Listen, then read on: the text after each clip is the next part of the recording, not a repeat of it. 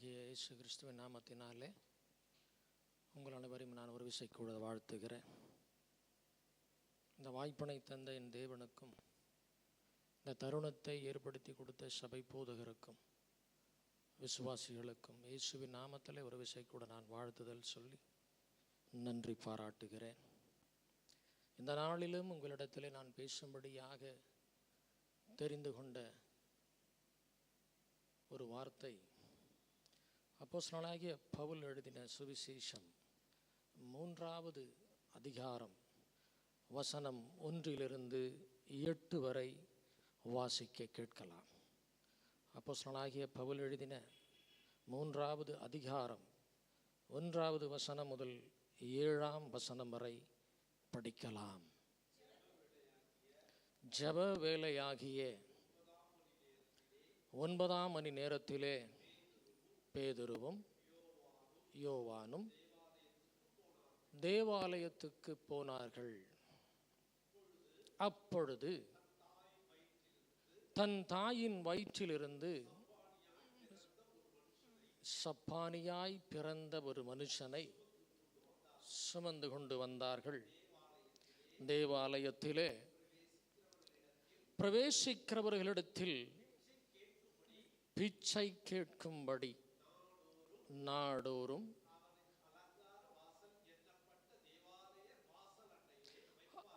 அவனை அலங்கார வாசல் என்னப்பட்ட தேவாலய வாசல் அண்டையிலே வைப்பார்கள். தேவாலயத்திலே பிரவேசிக்க போகிற பேதுருவையும் யோவானையும் அவன் கண்டு பிச்சை கேட்டான். பேதுருவும் யோவானும் அவனை உற்று பார்த்து, எங்களை நோக்கி பார் என்றார்கள். அவன் அவர்களிடத்தில், ஏதாகிலும் கிடைக்குமா என்று எண்ணி, போதும் போதும் போதும் போதும் போதும் போதும் பாருங்க, இந்த நாளில் தேவாலயத்தின் வாசலிலே ஒரு தாயின் கருவிலே உருவாயின நாள் முதலாய் அவன் ஒரு சப்பானியாக பிறந்து ஒவ்வொரு நாளும் அந்த தேவாலயத்திலே பிரவேசிக்க போகிற எல்லாருக்கும் முன்பாக ஒரு காட்சி பொருளாக மற்றவர்கள் அவனை பார்த்து பரிதபிக்கக்கூடிய நிலையிலே ஒரு சப்பானியாக, இவனை பார்ப்பவர்களெல்லாம் இவன் பிறவிலே பிறந்த சப்பானி என்றும், இவன் எப்பொழுதும் இந்த ஜெப ஆலயத்தின் வாசலிலே உட்கார்ந்து பிச்சை கேட்கிறான் என்றும் அவமானத்தோடு அசிங்கத்தோடு அவன் ஒவ்வொரு முறையும் தேவாலயத்தின் வாசல் அருகே வந்து உட்காருகிறான். இதுதான் அந்த சப்பானியுடைய நிலை. அப்பொழுது அப்போஸ்தலனாகிய யோவானும் பேதுருவும் அந்த ஆலயத்தை நோக்கி வருகிற பொழுது அவன் அவர்களை உற்று பார்க்கிறான். கர்த்தருடைய பரிசுத்த நாமத்திற்கு மகிமை உண்டாவதாக. இந்த நாளிலே இந்த இடத்திற்கு வந்திருக்கிற நீங்களானாலும் சரி, நானானாலும் சரி, தேவனை நோக்கி உற்று பார்த்து கொண்டிருக்கிறேன்.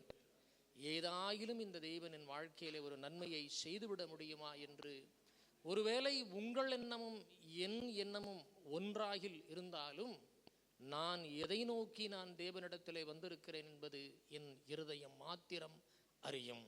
அதுபோல நீங்களும் இன்று இந்த தேவாலயத்திலே வந்து உட்கார்ந்திருக்கிற பொழுது, தேவன் எனக்கென்று ஏதாவது ஒன்று செய்ய மாட்டாரா என்ற எண்ணத்தில் நீங்கள் வந்து அமர்ந்திருப்பதும் ஒன்றுதான். நீங்களும் நானும் இந்த நாளிலே தேவனை உற்று நோக்கி பார்க்க போகிறோம், அந்த சப்பானியை போல. ஹல்லேலூயா. பாருங்கள், ஒவ்வொரு முறையும் அவன் யாரிடத்திலாவது ஏதாவது அவன் கேட்கும் பொழுது ஏதாவது ஒன்றை அவன் பெற்றுக்கொள்கிறான். சிலர் அவனுக்கு உணவளித்திருக்கலாம், சிலர் அவனுக்கு உடை அணிந்திருக்கலாம், சிலர் அவன் கையிலே செலவிற்கு பணம் கொடுத்திருக்கலாம். இப்படி ஒவ்வொரு முறையும் அவன் அந்த தேவாலயத்தின் வாசல் அருகே வந்து உட்காரும் பொழுதெல்லாம் அவனை பல்வேறு விதமாக அந்த தேவாலயத்துக்கு வருகிறவர்கள் எல்லாம் அவனுக்கு பணிவிடை செய்திருக்கலாம். ஆனால் இந்த முறை அவன் இவர்கள் இருவரையும் உற்று பார்க்கிறான். ஹல்லேலூயா.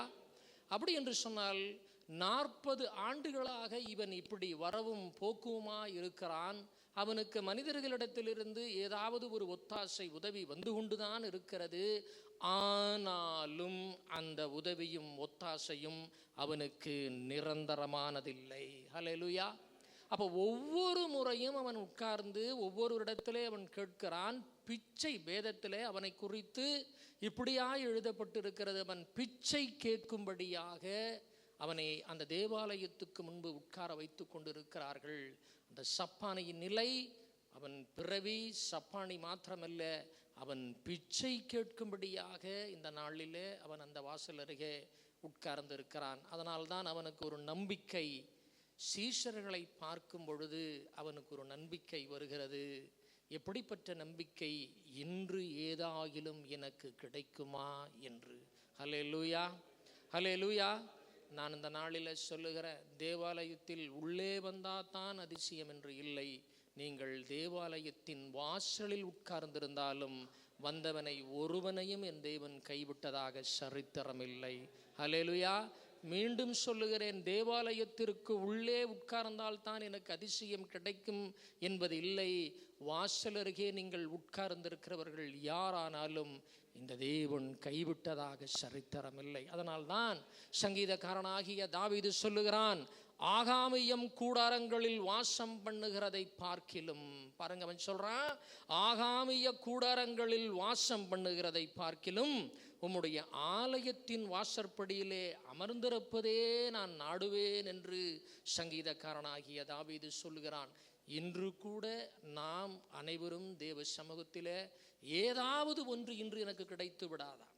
அது பணப்பிரச்சையாக இருக்கலாம், சரீரத்தின் வியாதியாக இருக்கலாம், அல்லது ஏதாவது உங்களுக்கு ஒரு தேவையாக இருக்கலாம், அது ப்ரமோஷனாக இருக்கலாம், பிள்ளைக்காக நீங்கள் ஜெபிக்கலாம், இல்லை குடும்பத்தின் ஆசீர்வாதங்களுக்காக ஜெபிக்கலாம்.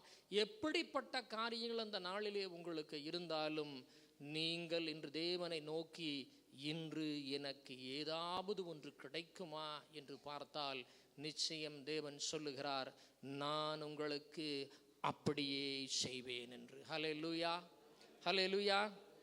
பாருங்கள், அவன் எத்தனையோ வருடங்கள் தேவாலயத்தின் வாசலில் உட்கார்ந்து அவன் பலவிதமான எதிர்பார்ப்போடு உட்கார்ந்திருந்தும், ஆனால் இந்த முறை அப்போஸ்தலனாகிய யோவானையும் அவன் பேதுருவையும் பார்த்து ஏதாவது ஒன்று கிடைக்குமா என்று எண்ணிய பொழுது அவன் வாழ்க்கையில் நடந்த 4 விதமான ஆசீர்வாதங்களைத்தான் இந்த நாளில் உங்களோடு கூட நான் பகிர போகிறேன், நானும் கற்றுக்கொள்ள போகிறேன்.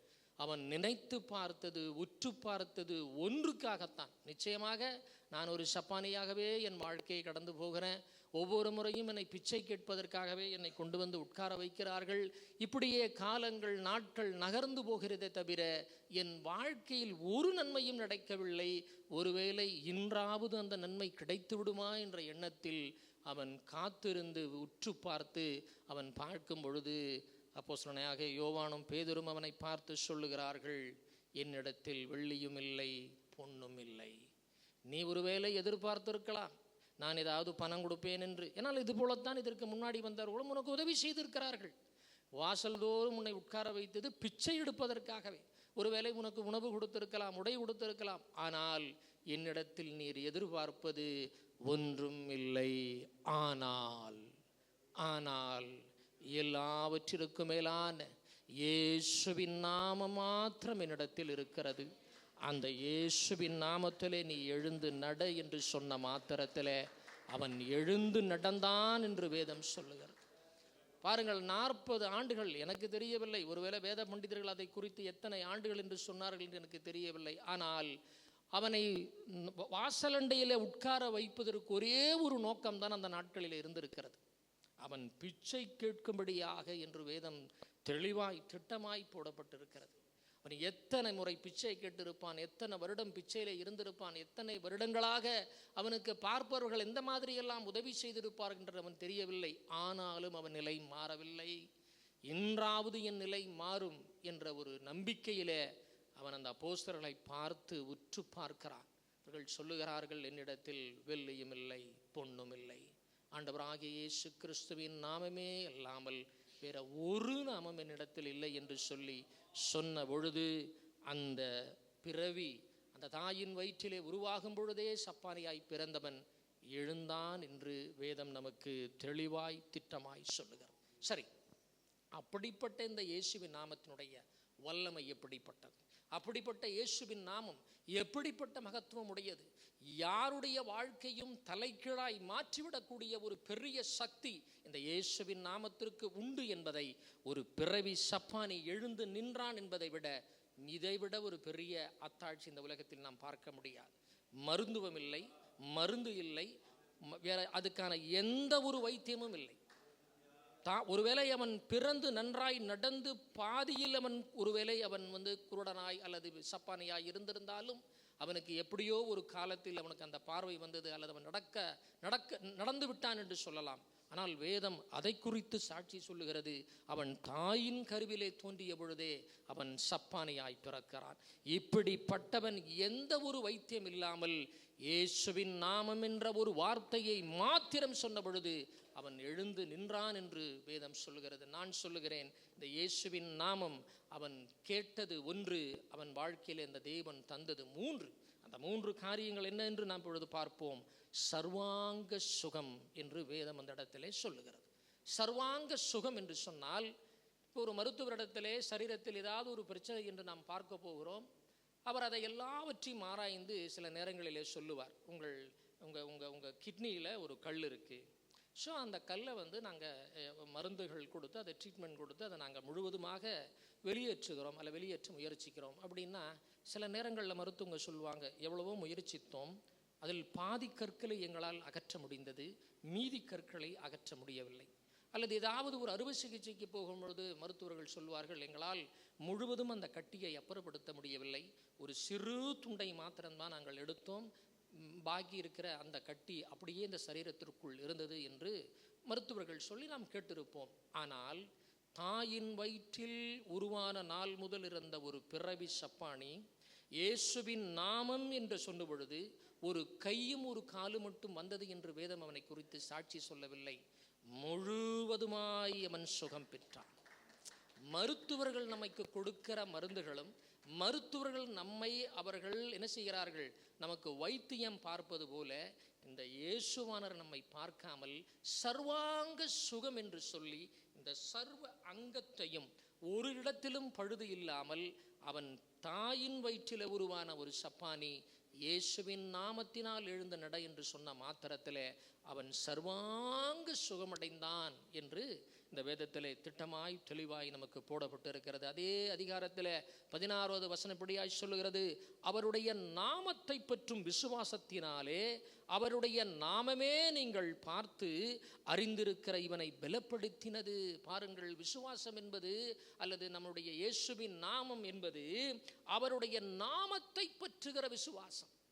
விசுவாசம் என்பது இந்த விசுவாசம் கொஞ்சம் வித்தியாசமாய் பார்க்கக்கூடிய ஒரு வித்தியாசம், ஒரு கோணம்.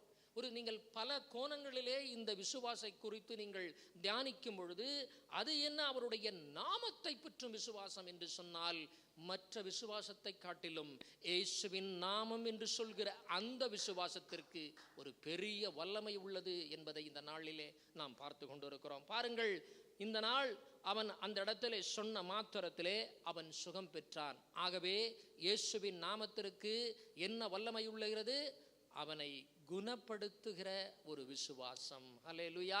அதனால்தான் வியாதிஸ்தர்கள் தலைகளிலே கை வைத்து செபிக்கும் பொழுது என்ன சொல்லுகிறோம்? இயேசுவின் நாமத்திலே சுகம் வரட்டும்.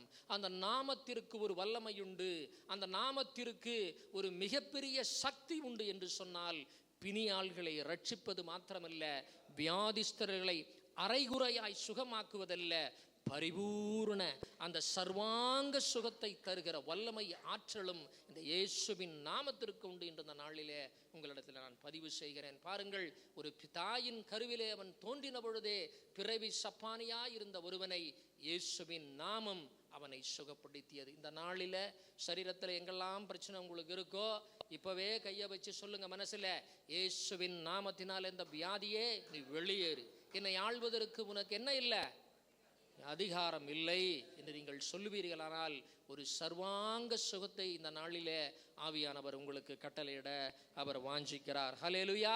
இயேசுவின் நாமம் முதலாவது அந்த சப்பானி என்ன செய்தது? சுகமாக்கியது. இரண்டாவது, அவன் அவர்களிடத்தில் ஏதாவது கிடைக்குமா என்று எண்ணி அவர்களை நோக்கி பார்த்தான். அப்பொழுது பேதுரு, வெள்ளியும் பொன்னும் என்னிடத்தில் இல்லை, என்னிடத்தில் உள்ளதை உனக்கு தருகிறேன், நசரனாகிய இயேசு கிறிஸ்துவின் நாமத்தாலே நீ எழுந்து நட என்று சொல்லி வலது கையினால் அவனை பிடித்து தூக்கிவிட்டான். உடனே அவனுடைய கால்களும் கரடுகளும் பலன் கொண்டது. இந்த நாளிலே முதல் சுகம், இயேசுவின் நாமத்தில் அவன் சுகமடைந்தான். இரண்டாவது காரியம், இயேசுவின் நாமத்தினாலே பலன் அடைகிறான். ஹல்லேலூயா, ஹல்லேலூயா. மருத்துவமனையில் நாம் ஏதாவது ஒரு வியாதி நிமித்தம் அனுமதிக்கப்பட்டிருந்தால், நாம் அந்த இடத்துல இருந்து வீட்டிற்கு டிஸ்சார்ஜ் செய்து அனுப்பிவிட்டால், டிஸ்சார்ஜ் செய்து வீட்டுக்கு வந்துட்டோமே என்று சொல்லி அன்றாட வாழ்க்கையில் உங்களால் எதையும் செய்ய முடியாது. இது எத்தனை பேர் ஒத்துக்கிறீங்க? கால் உடஞ்சிருச்சு, மருத்துவமனைக்கு போறீங்க, ஆப்ரேஷன் பண்ணிட்டாங்க, டிஸ்சார்ஜ் பண்ணிட்டாங்க, சுகம் கிடைத்தது, பலன் கிடைத்ததா? சுகம் கிடைஞ்சிருச்சு நடந்துருவீங்களா? ஓடிடுவீங்களா? முடியாது. அந்த பலன் 1 மாதம் 2 மாதம் நீங்கள் படுக்கையிலே நீங்கள் அதற்கான ஓய்வு எடுத்தால் தான் அந்த பலன் கிடைக்கும். ஆனால் இயேசுவின் நாமம் அப்படிப்பட்ட பலன் அல்ல. இயேசுவின் நாமத்தை உச்சரித்த பொழுது அவனுக்கு சுகமும் கிடைத்தது. அடுத்த வினாடியில் அவனை கையை பிடித்து எழுந்து நின்று சொல்லும் பொழுது அவன் பலன் கொண்டான் என்று சொல்லுகிறது. ஹல்லேலூயா, ஹல்லேலூயா. இயேசுவின் நாமம் சுகம் தருகிற நாமம். அதே மாதிரி அந்த பலவீனமாயிருந்தவனுக்கு எழுந்து நின்றான். ஆனால் அவனுக்கு நடப்பதற்கு பலன் இல்லை. ஏனென்று சொன்னால் பல வருடங்கள் அவன் சப்பானியாகவே காணப்பட்டான். சுகம் கிடைத்தது, ஆனால் பலன் கிடைக்கவில்லை. அதனால் தான் அவன் கையை பிடித்து பேதுரு எழுந்து நில்லு என்று சொல்ல பொழுது அவன் பலனடைந்தான் என்று வேதம் சொல்லுகிறது. ஆகவே இயேசுவின் நாமத்தினுடைய மற்றொரு வல்லமை பலன் தருகிற வல்லமை. நாளிலே ஏதாவது ஒரு காரியத்தில் நீங்கள் பலவீனமாய் காணப்பட்டால் இப்பொழுதே சொல்லுங்கள், இயேசுவின் நாமத்தில் அது பலனடையட்டும் என்று சொல்லுங்கள். இயேசுவின் நாமத்தில் நான் சொல்லுகிற இந்த நாளிலே தீர்க்க தரிசனமாக, பலவீனமாய் இருக்கிற உங்கள் உறுப்புகள், பலவீனமாய் காணப்படுகிற உங்கள் காரியங்கள், பலவீனமாய் காணுகிற கடன் பிரச்சனைகள் இயேசுவின் நாமத்தில் அது மாறும். இயேசுவின் நாமத்தில் மாறும். சுகவீனமாய் காணப்படுகிற நீங்கள், சுகவீனத்திலே இருக்கிற நீங்கள், இந்த நாளிலே சொல்கிறேன், இயேசுவின் நாமத்தினாலே சுகம் அடைவீர்கள். ஹல்லேலூயா. ஷபரிபா கரபலதிஷிமினி யாக்கரபா. இயேசுவின் நாமத்தை, அவருடைய நாமத்தை பற்றும் விசுவாசம்தான் ஒரு மனிதனை ரட்சிக்க முடியும். அவர் நாமத்தை பற்றும் விசுவாசம்தான் ஒரு மனிதனை பலனடைய செய்ய முடியும். ஒரு நாமத்தை பற்றுகிற விசுவாசம்தான் உங்கள் சரீரத்தில் இருக்கக்கூடிய ஒரு வியாதியை மாற்ற முடியும். ஹல்லேலூயா, ஹல்லேலூயா. 2, அவன் எதிர்பார்த்தது தேவனிடத்தில், ஆண்டவராகிய இயேசு கிறிஸ்துவினிடத்தில் ஒன்றுதான். ஏதாகிலும் ஒன்று கிடைக்குமா என்று அவர்களை உற்று பார்த்தான். இயேசுவின் நாமத்தில் அவனுக்கு சுகம் கிடைத்தது. 2வது, இயேசுவின் நாமத்தில் பலன் கிடைத்தது. 3வது காரியம், அவன் அந்த பலன் கிடைத்த மாத்திரத்திலே இயேசுவின் நாமத்தில் நீ எழுந்து நட என்று சொல்லி வலதுகையினால் அவனை பிடித்து தூக்கிவிட்டான். உடனே அவனுடைய கால்களும் கரடுகளும் பலன் கொண்டது. அவன் குதித்தெழுந்து நின்று, நான் நடந்து குதித்து தேவனை துதித்து கொண்டு, கரங்களை தட்டி அப்பாவுடைய நாமத்தை தொட்டு, 3வது இயேசுவின் நாமம் உங்களை துதிக்க வைக்கிற நாமம். ஹல்லேலூயா, ஹல்லேலூயா. சுகவீனனை பலப்படுத்திய நாமம், சுகவீனனை சுகமாக்கியது இயேசுவின் நாமம். சுகமடைந்தது மட்டும் பலனில்லாதவனை பலனடைந்தது செய்யது இயேசுவின் நாமம். பலனடைந்தவனை துதிக்க முடியாமல் போனதனால் அந்த இயேசுவின் நாமம் அவனை துதிக்கவும் செய்தது. ஹல்லேலூயா. கரங்களை தட்டி அப்போட நாமத்தை மகிமைப்படுத்து. பாருங்க, தேவனை துதிப்பதற்கு அந்த இயேசுவின் நாமத்தின் வல்லமை நமக்கு தேவை. எத்தனையோ நாட்கள் நம்மளால இயேசுவை என்ன செய்ய முடியாது, துதிக்க முடியாம போகுது. காரணம், இயேசுவின் நாமத்தில் துதிப்பதற்கான வல்லமை என்ன செய்யல, நமக்கு கிடைக்கல.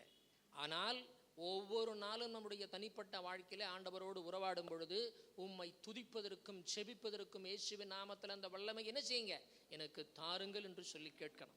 பாருங்க, ஜெபத்தை நிறுத்தி விடலாம், ஜெபத்தை நிறுத்தலாம். ஆனால் எக்காரணத்தை கொண்டும் ஒரு மனிதன் பிறந்து ரட்சிக்கப்பட்டு மரணம் அடையும் வரை துதிப்பதை நிறுத்தக்கூடாது. ஹல்லேலூயா.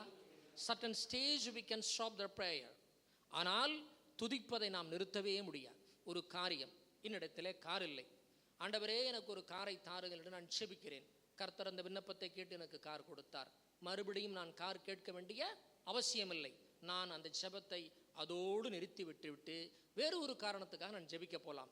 ஆனால் எப்பொழுதெல்லாம் அந்த காரை பார்க்கிறேனோ, எப்பொழுதெல்லாம் அந்த காரில் உட்கார்ந்து நான் பயணிக்கிறேனோ அப்பொழுதெல்லாம் ஆண்டவரே, வெயிலில் நடந்து போனேனே, சைக்கிளில் நடந்து போனேனே அப்பா, ஆண்டவரை எத்தனை பேரிடத்தில் கரங்களை நீட்டி நான் லிஃப்ட் கேட்டிருப்பேன். ஆனாலும் என் ஜெபத்தை கேட்டு எனக்கு ஒரு காரை தந்திரே, அதற்காய் உமக்கு ஸ்தோத்திரம், அதற்காய் உமக்கு ஸ்தோத்திரம். எத்தனையோ நாள் பிள்ளை இல்லாமல் இருந்தேன், கர்த்தர் எனக்கு பிள்ளையை கொடுத்தீங்க. அந்த பிள்ளையை பார்க்கும் பொழுதெல்லாம் அப்பா, நீங்க கொடுத்த பிள்ளை, உமக்கு அதுக்காய் ஸ்தோத்திரம். எத்தனையோ நாள் வேலை இல்லாமல் இருந்து அதுக்காய் செபித்தேன், கர்த்தர் அதை கேட்டீங்க. இந்த வேலையிலே அமர்ந்திருக்கிறேன், அந்த வேலை தந்ததுக்காய் ஸ்தோத்திரம். இந்த ஸ்துதி, இந்த ஸ்தோத்திரம் அவர் நாமத்தின் வல்லமையினால் மாத்திரம்தான் நமக்கு அது கிடைக்கும். ஜெபத்தை நீங்கள் நிறுத்தி விடலாம். ஒரு குறிப்பிட்ட காரியத்திற்காய் ஜெபிக்கும் பொழுது அது நம்முடைய காரியம் நம்முடைய வாழ்க்கையில் நிறைவேறிவிட்டால் அதை நிறுத்தி விடலாம். ஆனால் துதிப்பதை ஒரு நாளும் நிறுத்த முடியாது. அதனால தான் பேதுருவும் யோவானும் அவனை பார்த்து, என் ஆண்டவராக இயேசு கிறிஸ்துவ நாமத்தில் எழுந்து நடன்னு சொன்ன பொழுது அந்த நாமம் அவனுக்கு சுகம் தந்தது, பலன் தந்தது. உடனே அவன் தேவனிடத்திலே துதித்து அவன் அழகாய் பேசுகிறான். அப்பா, 40 வருஷமோ 50 வருஷமோ 60 வருஷமோ எனக்கு தெரியல, வாசலண்டையிலே கொண்டாந்து உட்கார வைத்தது பிச்சை எடுப்பதற்காக. அந்த இயேசுவின் நாமம் அவனை சுகப்படுத்தினது மட்டும் இல்லாம, பலப்படுத்தினது மட்டும் இல்லாம, அவருக்கு நன்றி பாராட்டி வாய் நிறைய துதிக்கக்கூடிய ஒரு சர்வாங்க சுகத்தை கொடுத்தது மாத்திரமல்ல, அவனுடைய நாமத்தை பற்றும் விசுவாசத்தினாலே அவன் தேவனிடத்தில் என்ன செய்கிறான்? துதிக்கிறான், துதிக்கிறான், துதிக்கிறான். வாழ்க்கையே மாறியதையா. எவ்வளவு நாள் பிச்சை கேட்டிருப்பேன். உணவு கொடுத்துருக்கலாம், தண்ணி கொடுத்துருக்கலாம், அல்லது உடை கொடுத்துருக்கலாம், அவனுக்கு செலவுக்கு பணம் கூட கொடுத்துருக்கலாம். ஆனால் இந்த நாமத்தை கொடுத்தவன் வாழ்க்கையே மாற்றியது என்று சொன்னால் இயேசுவின் நாமத்தை தவிர வேறு ஒரு நாமம் இல்லை. அதனால் தான் வானத்திற்கு கீழே பூமியிற்கு மேலே அவருடைய நாமமே அல்லாமல் வேற ஒரு நாமமும் நமக்கு கொடுக்கப்படவில்லை. அப்படிப்பட்ட ஒரு நாமத்தை அவன் அறிந்தபடியினாலே அவன் சுகமானான், பலனடைந்தான், அவரை துதித்தான். அதோடு அந்த வாசலருகின்றில் இருந்தவன் நின்று விட்டானா? சபைக்குள் உள்ளே வருகிற ஒரு அனுபவத்துக்குள்ளாய் வருகிறான். நம்முடைய வாக்குத்தத்தங்கள், ஒருவேளை வாழ்க்கையிலே நமக்கு ஆசீர்வாதங்கள், வாக்குத்தத்தங்கள், வசனங்கள் ஏதாவது தேவன் நம்மிடத்திலே பேசினால் ஒரு பேப்பரில் எழுதி வச்சுக்கிங்க. அதை பார்ப்பதற்காக தேவன் நம்மை படைக்கவில்லை, அந்த ஆசீர்வாதத்தை சுதந்திரித்துக் கொள்ள வேண்டும் என்பதற்காகத்தான் படைத்திருக்கிறார். பெருமழையின் சத்தத்தை கேட்பது என்னுடைய வேலை இல்லை, அந்த ஆசீர்வாதத்தை நான் சுதந்திரித்துக் கொள்ள வேண்டும். பாருங்க, ஒரு பிச்சைக்காரன் சுகமடைகிறான், பலனடைகிறான், தேவனை துதிக்கிறான். அதோடு நின்றது மாத்திரமல்ல, அவன் தேவாலயத்திற்குள்ளே வந்து மற்றவர்கள் போல அமர்ந்திருக்க, அல்லது அவன் துதிக்க, அவன் செபிக்க, மற்றவர்களைப் போல அந்த நாமம் அவரை மாற்றியது. வாழ்க்கை முடிந்துவிட்டது. அவன் பிறந்தது எந்த நோக்கம் நமக்கு தெரியல, எதற்காய் அப்படி படைக்கப்பட்டான் என்பது நமக்கு தெரியல. ஆனால் ஒரு பர்பஸ், இயேசுவின் நாமம் ஒரு தாயின் கருவிலே உருவாயின ஒரு சப்பானியை எவ்வளவு அழகாக மாற்றி சக மனிதனை போல மாற்றி என்று நினைக்கும் பொழுது இதற்கு பெருசா என்ன செய்யல, எதுவுமே செய்யல. ஆனா ஒன்று செஞ்சான், இன்றாவது எனக்கு என் வாழ்க்கையில் ஒரு நன்மை கிடைக்குமா என்று உற்று பார்த்தான். அப்போ தேவன் நம்முடைய வாழ்க்கையில் ஏதாவது ஒரு கிரியைகள் செய்து நமக்கு ஒரு ஆசீர்வாதத்தை தர வேண்டும் என்பதுதான் அவர் நம்மளை படைத்திருக்கிறார். அவர் அவருடைய ஆசை. ஆனால் அவரை நாம் இன்று ஏதாவது எனக்கு கிடைக்குமா என்று உற்று பார்க்கிறவர்களாக இன்று நாம் இருக்கிறோமா? சக மனிதர்கள் போல வருகிறோம் போகிறோம். ஆனால் அவர் என்ன நினைக்கிறார்?